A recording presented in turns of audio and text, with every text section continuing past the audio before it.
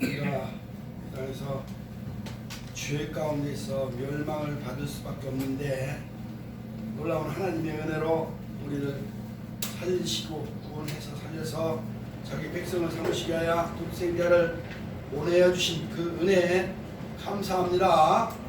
오늘도 그 하나님의 은혜와 축복이 우리 모두에게 충만하시기를 주님의 이름으로 기도합니다.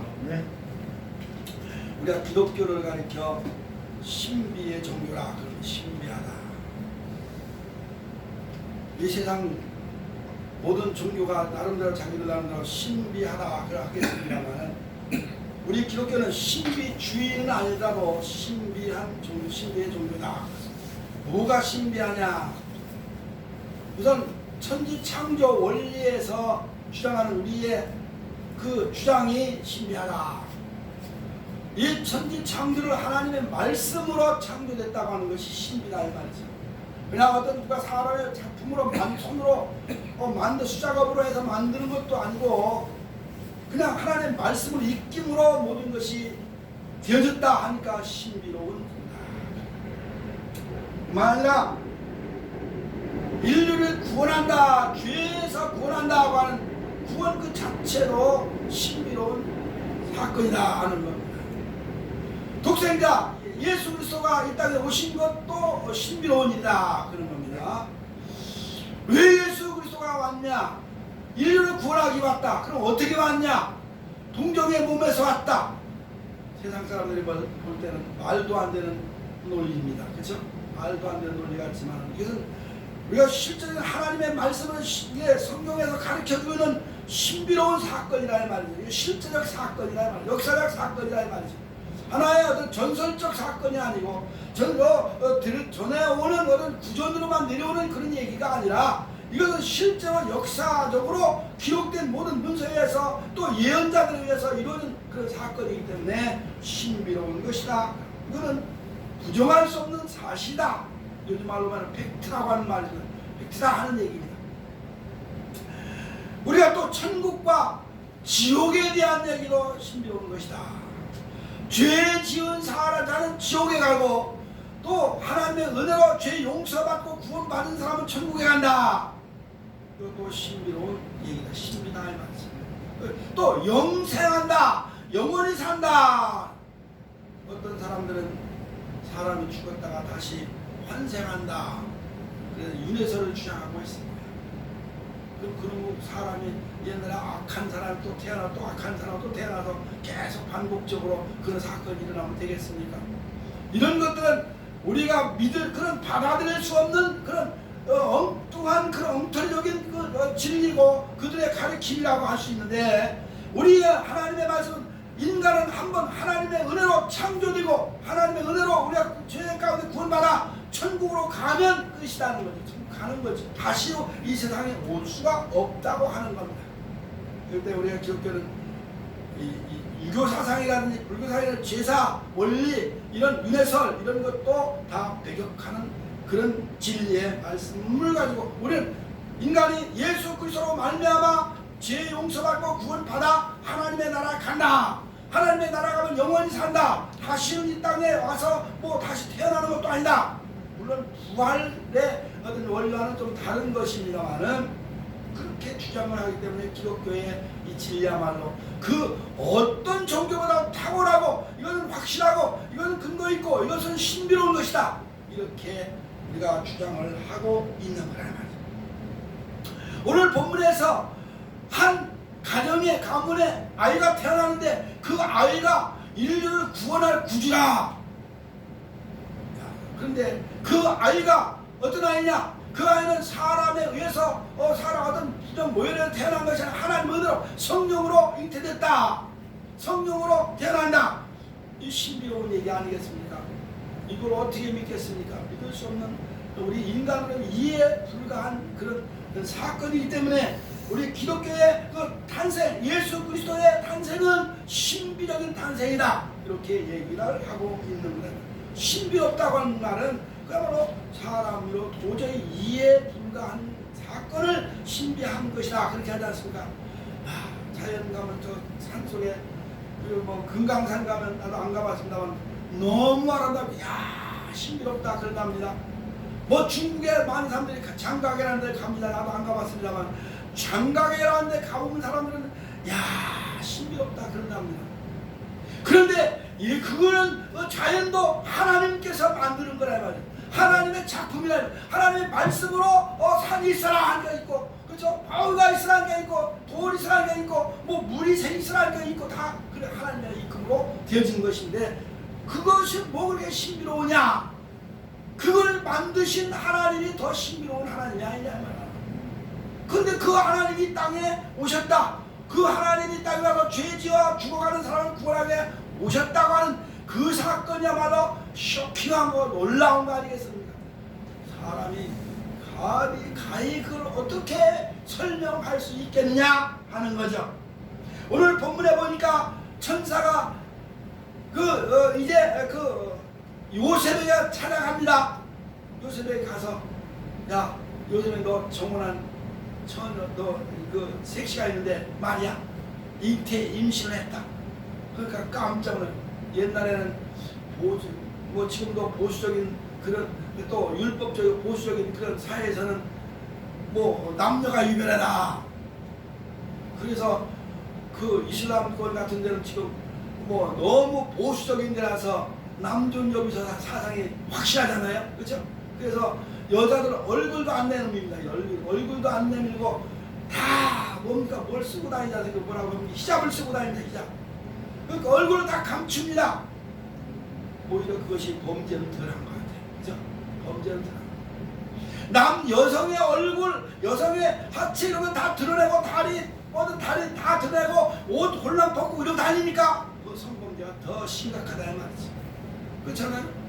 이 자유로운 것이 더 뭐 그게 좋은 건 아닌 것 같아요. 따지고 보면 이런 자유분방한 것이 오히려 범죄의 그 어떤 원인이 되지 않느냐 할 수도 있습니다만은 이 옛날에 예수님 그 당시만 해도 굉장히 남녀가 유별하고 절대적으로 같이 뭐 이렇게 우리나라도 있어 남녀 질서의 부동석이라는 말이 있습니다만은 그런 시대 아니겠어요? 근데 아니 약혼은 해놨는데 정혼했다고 했습니다. 옛날에 정혼해서 이제 결혼하기로 약속을 되어 있는데 임신을 했다고 하는데 이 어느 남자가 좋아하겠습니까? 어떤 남자가 좋아하겠습니까? 그러니까 가만히 끊고자 했다 그러잖아요. 끊고자 했다. 물론 그 전에 천사가 마리아에게 먼저 가서 누가복음에 보면 이제 너가 성령으로 네가 너를 은혜를 덮어서 너에게 아기를 낳을 것이다 하는 이 약속을 그 예언을 하고 그렇게 말씀을 하니까 마리아가 놀래 자빠졌어요. 누구 말을 하더라도 놀래 자빠졌어요. 놀랬을 때 기적을 할 정도로 깜짝 놀랐는데 아니 그랬는데 그 이제 마리아는 하나님의 은혜인 줄 알고 받아들였습니다만은 이 요셉은 더 깜짝 놀랐잖아요. 자기 앞으로 결혼할 상대가 임신을 했다는데 이거 누가 좋아하겠습니까? 어떤 사람 그러니까 가만히 끊고자 했다 하는 얘기가 있지 않습니까?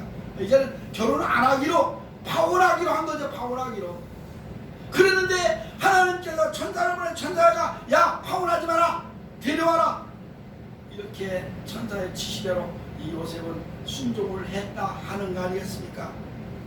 오늘 본문 18절에서 그 모친 마리아가 요셉과 정혼을 하고 동거하기 전에 성령으로 잉태된 것이 나타났다라고 했는데 그야말로 이런 것들이 결혼하기 전에 성령으로 잉태됐다고 하는 거 이것이 신비적인 거란 말이십니다. 어떻게 뭐로 설명을 하겠습니까? 성령으로 하나님의 영이 그 속에 천의 몸에 들어가서 아기를 생겨 창조 원리에 의해서만 해결할 수밖에 없다 이 말이에요. 그렇죠? 하나님의 창조 원리에 의해서만 하나님이 하시는 일은 모든 것을 다 능치 못함이 없다. 하나님 능력 주시는 능치 못하고 하나님 하시는 능치 못하고 없으니까 야곱이 참 이 천사가 말해 그랬거든요. 누가 보면 하나님 하시는 능치 못함이 없느니라 그런 말씀 1장에 있습니다. 이것이야말로 신적 존재라는 겁니다. 신적 존재. 그러니까 하나님의 말씀으로 세상을 망친 것처럼 하나님의 능력으로 이 마리아의 몸에 신적 존재를 집어넣어줘서 잉태해서 창조해서 그로 하여금 이제 구원자가 나오게 했다고 하셨으니 이것보다 더 신비로운 신비로운 것이 어디 있겠냐 말이야. 이거 사람의 이해는 도저히 설명이 안 되는 거 아니겠습니까? 그렇기 때문에 창세기 1장 16절에 있는 하나님께서 뭘 그때는 사람을 흙으로 만들었다고 했지만 거기에 흙이라 만들어 거기다 뭐 했어요? 코에다 생기를 불어넣어서 생명이 되니라. 생명이 됐다고 했잖아요. 하나님의 입주로 됐다는 흙덩어리에 아무것도 없는 공작품 만들어 놓고 거기다가 그냥 놔뒀으면 사람이 안 될 텐데 거기에다가 생기를 불어넣어서 사람이 되게 한 것처럼 오늘 마리아의 몸에 하나님의 생기를 생명을 불어넣어서 거기서 아들을 낳게 했으니 이것이 신비로운 일이 아니겠냐 하는 겁니다. 그러니까 이 성령의 동정녀 탄생, 성령으로 충만, 성령에 의해서 잉태됐다고 하는 것은 창조 원리에 의해서만 설명할 수밖에 없으니 이것이 신비로운 거 아니겠냐 그런 거죠. 물론 우리가 그럽니다. 남녀가 결혼하고 아기를 낳는데 그 영혼은 하나님이 불어넣어 주시는 거다. 그렇죠? 창조한 그 당시 영혼을 불어넣어 준다. 그 영혼이 언제 창조됐는지 몰라도 그 당시에 아기를 이제 잉태하면서부터 바로 그때 하나님께서 그 영혼을 넣어주는 거다. 그 영혼이 태어나서 밖에 나와서 영혼이 생기는 게 아니고, 그죠? 하나님은 믿음으로 믿어서 영혼이 생기는 게 아니고, 사람이 어머니 뱃속에서 잉태될 때 바로 그때 하나님께서 동시에 영혼을 불어넣어 주는 거다. 이렇게 우리가 창조 원리를 통해서 인간의 탄생을 얘기를 하는 거거든요. 근데 마찬가지로 이 예수 그리스도께서 그 동정자의 그 몸에 들어갈 때 그 말씀으로 능력으로 거기에 잉태케 했다고 하는 것으로밖에 이해할 수가 없는 것이 아니야. 그렇기 때문에 이건 신비로운 사건이다 하는 것을 보여주고 있는 겁니다. 분명히 많은 성경에서 하나님이 세상을 사랑해서 독생자를 주셨다. 근데 독생자를 줬는데 그 독생자가 바로 마리아의 몸에서 나왔다. 그거 아니겠어요? 그러니까 예수 그리스도는 어떻게 보면 신적 존재일 뿐 아니라 어떻게 보면 완벽한 인간이었다. 예수는 그 육체를 가진 사람의 몸으로 왔으니 그에게는 죄가 없다. 무죄하신 하나님이다. 그러잖아요. 근데 우리 사람은 무죄한 인간이 하나도 없습니다. 사람은 태어나면서부터 아담의 죄를 그대로 이어받는, 원죄를 그대로 물려받는 그런 죄가 있다. 성립이 되어가서 태어나는 거다. 그렇게 얘기하는데 예수 그리스도는 하나님 신적 존재이기 때문에 무죄하신 하나님이다. 무죄한 게다. 이 완전한 인간이요 완전한 하나님이라고 예수를 그렇게 우리가 지칭하지 않습니까? 그 하나님이 그가 바로 마리아의 몸에서 이렇게 태어나서 성령으로밖에 나올 수밖에 없었다 하는 것을 성경에서 가르쳐주고 있는 겁니다. 그런데 이 예수는 그런 신적 존재로서 하나님 창조 원리에서 왔는데 그 신들한테 이 예수 그리스도는 생물학적 어떤 그런 저 존재로 태어날 생물학적으로 이해할 수 없는 존재다 하는 겁니다. 생물학적으로 어떻게 우리 사람은 다 생물학적으로 이해하잖아요, 그렇죠? 어떻게 남녀가 결혼해서 이런 얘기를 하면 좀 속된 말로 이렇게 좀 부적절한 얘기 같습니다만 남자의 정자와 여성의 그 남자의 결합을 해서 한 생명이 태어나는 거 아니겠어요? 그렇죠? 우리 인간은 그렇잖아요. 그렇기 때문에 그거는 생물학적으로 이해가 되는 거예요, 사람. 남성의 정자와 여성의 남자를 통해서 결합했다고 하는 생물학적으로 이해가 되는데 예수 그리스도는 전혀 그런 일들이 없는 데로 태어났으니 이 생물학적으로 이해 불가한 것이다. 그러니까 이 예수 그리스도의 탄생은 생물학적으로 이해할 수가 없는 거다 말이에요. 그렇기 때문에 우리가 예수의 탄생을 신비로운 거다, 신비적이다 그렇게 얘기를 하고 있는 거라 말이에요. 요한복음 1장 13절에서 이를 증명해주고 있습니다. 사람의 뜻으로 나지 아니하고 라는 말했습니다. 사람의 뜻으로 나지 않았다. 물론 이 말씀은 죄에서 구원받고 건남을 받은 하나님의 자녀의 성도들을 두고 하는 말씀이겠습니다만은 예수 그리스도도 역시 사람의 뜻으로 오지 않고 하나님의 뜻으로 왔다고 하는 것을 증명해 주는 거라 말이에요. 예수 그리스도가 와서 인류를 구원해야 되니까 이 하나님의 뜻으로 와서 그 뜻을 이행하기 위해서 사람을 구원하는 구원자로 이렇게 나오셨다 하는 것을 여기서 우리에게 증명해 주고 있는 말씀이라고 하는 것을 알게 되는 거다. 그래서 예수 그리스도를 그래서 우리가 참 하나님이다, 독생하신 하나님이다라고 믿을 때 그 믿는 사람에게 구원이 있다 하는 거 아니겠습니까? 사람을 이 세상에는 어떤 사람 특정된 사람을 믿었다고 구원받는 거 아닙니다. 어떤 특정된 사람들이 구원에 받는 어떤 그 좋은 길로 가는 길을 안내를 가르쳐는 주었으나 그를 믿음으로 구원받는다. 어떤 미국에는 어떤 분이 공자에 대해서 공부를 많이 한다고 그래요. 공자가 참 좋은 말을 뭐 했다, 뭐 가르치면 좋은 말 가르치면 나도 뭐 공자에 대해 조금 뭐 많이 좀 논어 뭐 맹자 여기에 조금 뭐 알긴 합니다. 그들이 좋은 걸 가르쳤으나 내가 그랬어요. 그들이 가르치면 그들이 좋은 걸 가르치나 우리의 잠언을 보면 더 오히려 훌륭하다. 우리의 성경 시편 잠언을 보면 이 논어 맹자에 있는 그런 내기보다도 그렇죠? 상강오륜보다도 더 낫다. 우리나라 젊은이들 상강오륜이 뭔지 잘 모르겠습니다. 상강오륜보다 더 낫다. 그 명심보감을 읽어보면 무슨 편 무슨 계몽편 무슨 편 계명편 무슨 편 쫙 있습니다. 그런데 그런 것들보다도 오히려 더 나은 교훈은 잠언에 있다는 거잖아. 잠언에 다 있어. 잠언에 읽으면 명심보감 읽는 것보다도 더 100배 더 나아요, 진짜. 근데 왜 명심보감 중국의 문학이라고 해서 이렇게 해서 그 많이 서적을 많이 공부를 하는데 시전 읽은 줄 알아요? 시전은 중국의 시인들이 쓴 책이 시전이에요. 시전, 서전, 중용 이렇게 했는데 시편, 우리 성경에는 시편을 읽으면 중국의 시전을 안 읽어도 그거보다도 100번 중국의 시편 그다 누구 이태백이 누구 무슨 시인들 많잖아요. 우리나라 시인들 그게 시를 그 책을 펴는 시를 중국 사람들이 쓰는 시가 시전인데 시전. 그거보다 우리의 성경에는 시편을 더 읽으면 더 훨씬 나아요. 근데 아마 공자 맹자 요즘에 도리라는 사람이 말이죠. 요한복음을 가지고 이상하게 말이지 중국의 공자 논어에 뭘 가지고 해석을 하고 엉뚱한 얘기 하지 않습니까? 그건 웃기는 얘기죠.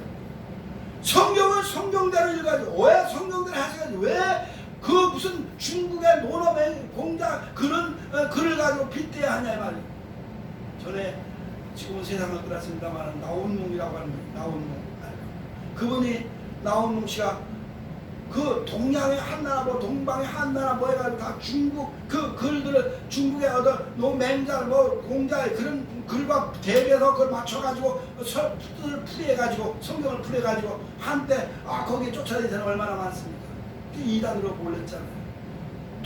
이 김용옥 지금 뭡니까? 이단자 아닙니까? 이거 우리 기독교에서 이단자로 보는 거잖아요. 그걸 왜 예수의 탄생을 부정하고 예수 탄생을 이상하게 설명하지 않습니까? 결국은 신비적 하나님의 성령으로 잉태된 신비적 사건을 보지 않고 이상하게 아들이다 무슨 아들이다 이상한 이렇게 설명을 하는 그 정신 나간 사람들도 있습니다. 왜? 그들이 성령의 체험을 성령 은혜를 못 받고 하나님의 능력을 하나님 지혜를 못 받으니까 이상한 인간의 지혜 인간의 생각으로 설명을 하려고 하다 보니까 그런 엉터리 같은 얘기로 나가는 거예요. 어떻게 예수님은 생물학적으로 인간 생물학적으로 과학적으로 의학적으로 증명했습니다. 예수님의 탄생은 의학적으로도 설명을 할 수 없는 거예요. 그렇죠? 의사들은 산부인과 가면 의사들이 다 어떻게 되었는데 애기가 어떻다 다 알죠. 그거는 생물학적으로 그거는 의학적으로 아는 건데 일반의 사람은 출생에 대해서는 다 할 수 있어요. 그러나 예수 그리스도의 출생은 예수의 탄생은 의사들도 설명을 못하는 거예요. 그렇잖아요. 의학 박사들이 아무리 연구하고 아무리 성경을 해봐도 모르대요. 하나님의 은혜를 받지 않고 성령을 받지 않으면 이해가 안 되거든. 그렇잖아요? 의사들이 그러니까 교회 나오잖아요. 결국은 교회 나와서 하나님 앞에 기도하잖아요. 자기들은 의학적으로 아무리 예수 탄생에 대한 비밀을 캘려고 해도 못 캐거든. 과학적으로 증명이 안 되거든. 그러니까 이 예수 그리스도의 탄생은, 동정녀 탄생은 그야말로 신비적인 거다 그러는 거죠. 신비적이다. 뭔가 동정녀 탄생, 그 어떻게 성령으로 탄생했다 어떻게 믿겠어? 어떻게 믿음으로밖에 해석이 안 돼. 말씀으로밖에 안 되는 것입니다. 창조 원리에 서 해석할 수 없죠. 아무리 물리학적으로, 아무리 뭔가 의학적으로 안 된다는 거예요. 뿐만 아니라 예수 그리스도가 예수의 탄생에 대해서 왜 신비주의냐? 신비주의가 아니라 왜 신비적이냐? 예수님이 구원자라고 하는데 신비적이다 이 말이에요. 구원자, 그렇죠? 아까도 얘기했지만 많은 사람들이 구원에 대한 가르쳤습니다. 나를 따라오라, 나를 구원해라. 다 따라가면 어쩌면 돈을 뜯어서 지들 배를 채우고 부를 누리고 그러잖아요. 부귀영화를 여기 소사에 여기 있던 그 박아무개 그 박태는 다들 따르라, 신앙촌을 만들고 여기 와야 영생한다, 변수다고 내가 떠들어주는 물 마셔라. 한간에는 손 닦은 물, 발 닦은 물이라고 하는 말도 있고, 그 카라멜을 만들어 팔아가지고 카라멜을 갖다가 이 종기나 데 어디 다친 데 붙이면 나는 붙이면 덧나기만 하니 몰라요. 그죠? 그런 엉터리 같은 얘기 했잖아. 그런데 얼마 못 가서 죽었지 않습니까? 지금 아무개 누구누구 신천지 누굽니까? 이만희 누구누구 박태선 문선명 누구누구 다 자기들 구원자라고 했잖아. 자기들 마지막 때 예수라고 무슨 재림 예수라고 하니 뭐 감남나무라고 다 헛소리. 그런 자들이 구원자가 아니란 말이야. 아까 노노 부타 인도의 부타가 석가가 거기 아무리 구원에 대해서 구원의 길을 가지 못했다 이 말이지. 그잖아. 그러나 왜 사람들을 위해서 그들을 희생하지 않았다, 죽어가 사람들을 위해서 십자가를 지지 않았다 이 말이야. 자기 목숨을 버리지 못했다 이 말이지. 가르치기만 한 거예요. 우리 목사들이 가르치는 것처럼 똑같이 가르친 거예요. 그냥 가르치기만 한 거지. 목사가 아무개로 해서 여기 있는 여러분들 위해서 목숨을 내놓지 않고 대신 죽어주지 않았기 때문에. 그렇잖아요. 그런데 예수 그리스도 대신 죽었단 말이에요. 십자가를 치고 죽으셨단 말이에요. 그렇잖아요. 아무 죄도 없는데 죽었어요. 그래서 구원자라고 하는 우리가 그 믿음의 주가 되고 구주가 된 거 아니겠어요? 그러니까 지금 수천 년을 가면서 많은 그 구약시대의 선지자들이 구주가 오실 거다, 메시아가 올 거다 하는데 그가 와서 사람들을 위해서 대신 십자가를 지고 6월절 날 어린 양의 희생의 양에 대해서 십자가를 지고 죽으심으로 인해서 구원의 주가 됐단 말이에요. 그리고 부활하셨으니까, 부활 생철하셨으니. 근데 그러니까 예수 그리스도의 구원자라고 하는 그 말씀 속에는 구원자가 있다는 그 신비로운 사건이라면 신비로운 겁니다. 자기 백성을 구원한다고 해서 다른 아까 지난번에 얘기했지만 많은 세상 모든 사람을 다 구원하는 게 아니라 하나님의 택한 백성들을 구원한다 아니겠어요? 지난번에 알미니안 주에는 모든 사람 다 구원의 대상이다. 그런데 본인들이 믿어야 된다. 그러니까 믿음은 본인의 선택이다. 선택권이다. 절대 선택권이 없는 겁니다. 우리 기독교는 칼빈주의라고 하면 또 사람들이 비난하는데, 우리 기독교인들 보니까 하나님의 말씀대로 가는 사람들은 하나님께서 예전 가운데 선택했다, 구원받기로 작정된 사람도 있다. 보라, 이스라엘 민족만 하나님 먼저 선택을 했잖아. 그 주변 국가는 변방에 있는 사람은 다 하나님께서 버렸지 않냐, 그렇게 얘기하잖아요. 그런데 또 신앙이 예수 그리스도가 동정탄생으로 오셔서 그가 자기 백성을 찾기 위해서 십자가를 지셨다. 그 십자가를 지고 그를 따라가는 우리가 그들에게 그걸 바라보고 믿는 사람들에게 보는데 누가 믿냐? 성령께서 믿게 하는 사람만 믿는다. 그거 아니겠습니까? 자기 백성을 구원하기 위해서 이 땅에 오신 하나님이시라는 것을 성경은 가르쳐주고 있습니다. 성경에서 출애굽기 3장에서도 보면 내 백성, 이스라엘 내 백성, 애굽에서 고통받는 내 백성을 내가 건져낸다 하는 말이 있잖아요. 내 백성이라는 말을 너무 많이 했습니다. 그러니까 하나님의 백성이 따로 있는 거예요. 오늘 우리는 선택을 받아 하나님의 전에 나와서 예배를 드리고 주님 앞에 감사하고 주의 구원의 은혜에 찬양하는 우리 모두는 하나님의 백성인 줄로 믿습니다. 아멘. 그들 하나님의 백성은 뭐야? 죄에서 용서되고 영원한 형벌을 면제시켜줬다는 거예요. 형벌을 면제시켜. 참 신비한 사건이에요. 아니 재판도 우리는 세상에서 받지 않았는데 재판장 요즘에 대법원장이 이렇게 새로 샜습니다. 그죠? 대법원장이 이제 좀 공정하게 재판하겠다. 두고 봐야 되겠습니다만 뭐 그동안은 뭐 김아무개 재판 대법원장이 판결을 뭉갰다. 재판을 뭉개가지고 뭐 좀 편파적인 재판하겠다. 그래서 말이 좀 많았습니다만 우리 모두 세상 사람들이 재판을 통해서 무죄 하면 딱딱하게 치고 재판장이 무죄 선고를 받지도 않았는데 우리가 다 죄 용서했다는 거 아니겠습니까? 근데 무죄 판결을 받았어도 그 마음속에는 죄가 있다 이 말이죠. 그 죄가 있어요. 아이고 내가 재판장 잘 만나가지고 그러니까 뭐랍니까? 재판장에는 무죄 선고하니 무죄 방면시키니까 아이고 우리 재판장님이 넓고 큰 아담으로 우리는 나를 이렇게 무죄 판결해서 감사합니다 그러잖아요. 아니 감사하다는 말 죄가 없으면 그래 왜 나를 불러가지고 왜 나를 재판하냐 할 때 한가했을 텐데 아이고 나를 뭐 죄 용서 무죄 판결해서 현명한 판단을 해줘서 감사합니다. 현명한 판단 그 속에는 죄가 있다는 얘기 아니겠습니까? 근데 예수 그리스도는 모든 그 죄를 다 도말해줘. 그러면 대신 뭐냐? 십자가를 자기가 해서 그 죄짐을 내가 짊어지고 대신 죽어졌으니까 대신 벌을 받았다는 거죠. 벌을 받았어요. 이걸 안 믿는 사람들이 너무 많으니까 그 믿는 그 자체도 신비로운 거죠. 그렇죠? 우리는 예수 그리스도의 은혜로 죄 용서 받았다. 모든 무죄 판결을 받았다. 그리고 무죄 판결에서 이제 마지막 날 주님이 오신 날 그 심판을 면제받고 지옥으로 갈 거 지옥으로 깜빵으로 갈 거 깜빵으로 안 가고 집으로 가서 영원한 집안 내 집, 영원한 내 집으로 가서 편안히 쉬게 하시니 감사합니다. 그게 신비로운 거죠. 야, 그렇게 그런 게 그래. 기독교인들은 참 좋겠다. 그 사람들이 옛날에 그랬어요. 교회 다니는 사람 참 좋을 거야. 죄 잔뜩 짓고 교회 가서 기도 한 번 하면 이거 회개 한 번 하면 다 용서됐다고 하니 얼마나 그 말이 좀 이상하냐. 뭐 그렇게 비아난 거리는 사람도 있습니다만은 모르죠. 뭐 죄 잔뜩 짓고 교회 와서 한번 회개했다고 기도 한 번 하고 용서받았다고 저 할지는 모르겠습니다만 그거는 하나님이 판단하실 일입니다만 뭐 그 사실 그렇지 않아요. 그런데 하나님의 구원받는 우리가 예수 믿을 때 죄 용서받았으면 그다음부터 다시는 죄를 짓지 마라. 예수님이 그랬는데 뭐 죄를 짓고 죄를 밥 먹듯 들락날락들은 죄를 짓고 나는 교회 가서 기도했으니 용서했다 이렇게 하는 거는 그건 변명하는 건 좀 뭔가 무슨 이상한 말 하는 사람도 아니겠어요.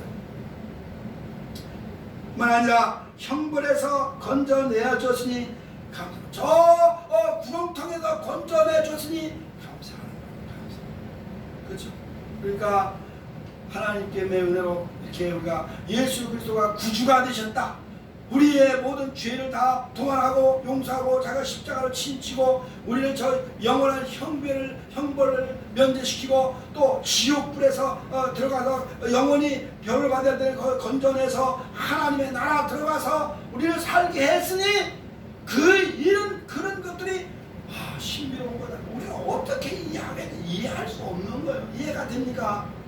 날 구원하신 예수를 영원히 찬송하겠네.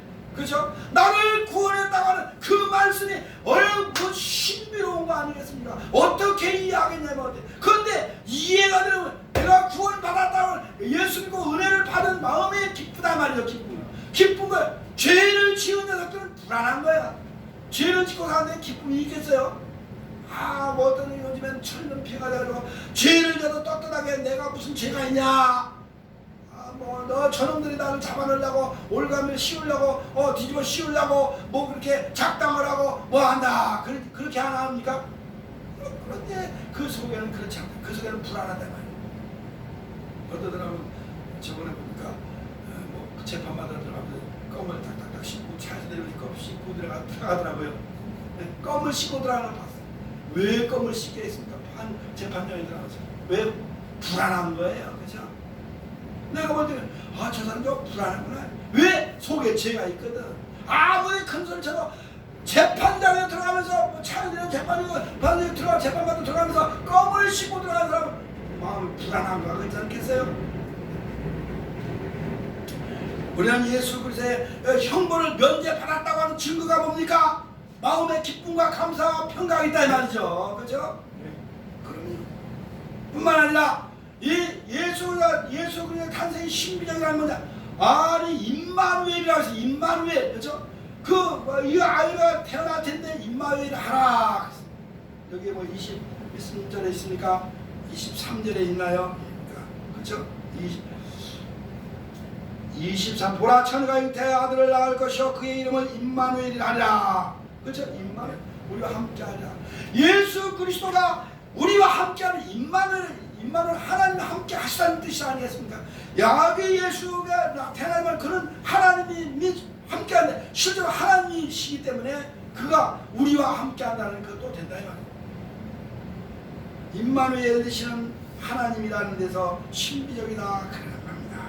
이사야 7장 14절에서도 악연할 건데 그 아이는 임마누엘이라 그런 말이 있습니다. 하나님이 함께 하시다.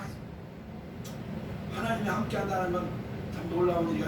아니 그냥 결혼해도 부부간에도 같이 함께를 못하고 그러고 그저 다투고 그러고 서로 의견 충돌하고 뭐 그렇고 같은 사람끼리 살아서 자신하고 그런데 또 친구 간에도 죽고 못 살고 야 영원한 친구야 뭐 어쩌고저쩌고 뭐 하다가 나를 몇 년 못 가서 서로 의견이 또 일치가 안 돼서 싸우고 다투고 그러지 않습니까? 친구끼리 또 돈 좀 뭐 다 친한 척하고 돈 좀 빌려줘야 돈 빌려줘 또 돈 안 갖고 도망가 버리고 띠먹고 얼마나 이용해 먹는 그 인간들 많았습니다. 이 세상에는 영원히 같이 할 동반자는 없어요. 그렇죠? 이 세상에 뭐 결혼 동반자란 말이에요. 동반자 나의 동반자는 유행가까지 노래까지 있습니다만 영원한 동반자는 없습니다. 이 세상에 사람은 누구야? 우리와 영원한 동반자는 하나님밖에 없다는 말이에요. 하나님이 나와 함께 하시고 내가 하나님과 함께 하는 게 아니라 하나님이 나와 함께 하는 거 아니겠어요? 그렇죠? 그러니까 나와도 하나님과 함께 하는 거지. 하나님이 우리와 함께 하신다는 뜻에서 신비로운 거라는 겁니다. 어떻게 하나님 보이지 않는 하나님이 있는지 어떤 많은 사람들이 하나님이 어딨냐? 하나님이 없어. 무신론자들 그러잖아요. 하나님이 없는데 하나님 있으면 어디 보여줘봐. 어떤 사람은 하나님을 믿느니 나를 내 주먹을 믿으라 뭐 어쩌고 그런 무식한 소리 하는 사람들도 있습니다만은 하나님은 신이기 때문에 우리가 영이시고 신이고 영이시기 때문에 보일 수가 없어요. 하나님은 영이시니 그런 말 있지 않습니까? 눈으로 보는 건 이 육안으로 보는 건 좀 믿음의 눈으로 보지 않으면 볼 수가 없는 거예요. 우리가 천국 가면 보겠죠. 그렇죠?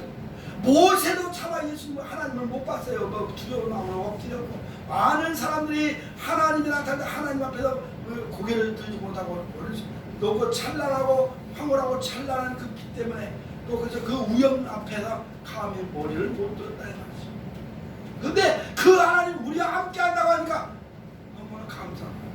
빛 대신 하나님께서 나와 함께 하니까 내 길이 빛같이 청청한 빛같이 빛나나간다 했지 않습니까? 너에게 빛나라.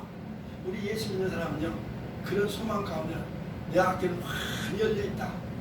그런 믿음을 가져야 돼요. 왜? 하나님이 함께 하는데 하나님한테 든든하고 두려움이 없고 든든. 그래서 시편 기자는 그랬잖아요. 하나님이 나를 지켜주시는데 어떻게? 밤에 졸지도 않고 주무시지도 않고 졸지도 않고 나를 지켜주신다. 그러잖아요. 자, 밤낮을 갈라고 졸지도 않고 주무시지도 않고 지켜준다. 요즘에 이렇게 아픈 남편이 아프면 또 부인이 아프면 간병하다가도 졸리니까 자잖아요. 그렇죠? 자요. 간병은 아무리 효자, 효부 아무리 사랑하는 아내 남편이라도 피곤하면 자게끔 되어 있어 사람은. 그렇죠? 가면 그런데 우리 목사님도 아마 어머니 아프실 때 간병하다가 고생을 하셨는데 잠자잖아요. 그렇죠? 잠자 하나님은 잠도 안 자고 주무시지 않고 졸지도 않고 나를 지켜주신다 했으니 얼마나 할렐루야 할렐루야 찬송이 저절로 나 하나님이 나를 졸지도 않고 내 가는 길에서 눈도 시야에서 떠나지도 않고 끝까지 지켜준다. 할렐루야 감사하죠. 얼마나 감사합니까? 그 임마누엘이야 말까 하나님 예수께서 그렇게 하신다니까. 그 아기로 태어나는 예수가 우리와 함께하는 하나님이라니 신비로운 얘기가 아니냐 이 말이죠. 그렇죠? 뿐만 아니라 함께 하실 뿐 아니라 이 아기를 뭡니까? 우리의 영혼을 지켜주고 그 얘기가 그 얘기죠. 우리 함께 동행하면서 우리 영혼을 우리가 실족지 않게 넘어지지 않게 죄짓지 않게 우리가 바른 길 가도록 지켜준다는 거 아니면 실족하지 않는다 그랬습니다. 우리가 때로 따라 사람 살면서 죄를 지읍니다. 그렇죠? 잘못을 실수를 합니다. 그때마다 하나님 성령께서 우리에게 마음에 뭘 줍니까? 깨달음을 주는 거예요. 우리가 양심의 가책을 느끼게 하는 거예요. 그렇죠? 사람의 죄를 짓고도 양심의 가책을 안 느끼면 그 성령이 함께하는 사람이 아니에요. 하나님이 함께하는 사람이 아니에요. 아무리 자기가 뭐 정의로운 사람이고 뭐한 사람이고 뭘 법을 잘 지키고 뭐한다 해도 양심이 잘 잘못하면 양심의 가책을 느끼게끔 돼 있어야 사람. 그렇죠? 그런데 양심의 가책을 안 느끼는 사람 어떤 사람이 성경에 그러니까 뭐라 했어요? 화인 맞은 양심이라. 화인 맞은 뭐 불러가 태워가지고 그냥 다 꺼올라가지고 그냥 완전히 못쓰게 돼 태워버렸으니까 채덤이 돼버린 그런 양심이요. 썩어진 양심이라고 그러잖아요. 네, 우리 믿는 사람들은 살다 보면 죄를 지어요. 은연중에 자기들은 실수해요. 그런데 그때마다 양심의 가책을 느끼고 기도한다면 하나님 이걸 안 해도 이런 얘기를 안 해야 되는데 해서 죄송합니다. 그게 왜 그러냐? 그 마음에 하나님이 함께 하시니까 그러는 거예요. 그렇잖아요? 이렇게 이런 데 대해서 보면 신비로운 게 아니냐 거다. 그 우리 영혼을 지켜주기 때문에 우리 영혼이 살아있는 영혼, 거듭난 영혼이기 때문에 깨달음을 갖고 회개할 수 있는 마음을 갖게 되는 거 아니겠습니까? 근데 그것마저도 없는 사람들이 얼마나 많으냐 하는 겁니다. 마지막에 하나 더 말씀을 드리는 것은 뭡니까? 영원토록 함께한다고 했지. 영원토록. 그 얘기가 이제 말씀을 끝내죠. 영원토록 우리와 함께하는 졸지도 않고 주무시지 않고 우리 영혼, 우리 육체뿐 아니라 영혼까지 지키시는데 범죄하지 않고 타락의 길로 가지 않고 가더도 길을 막고 돌아서게 하고, 그죠? 돌아서게 하고 오직 주 앞으로만 가도록 하는데 언제까지? 영원토록이다. 영원이다. 영원히 하나님께서 우리 믿는 사람들은 영원히 지켜준 줄로 믿습니다.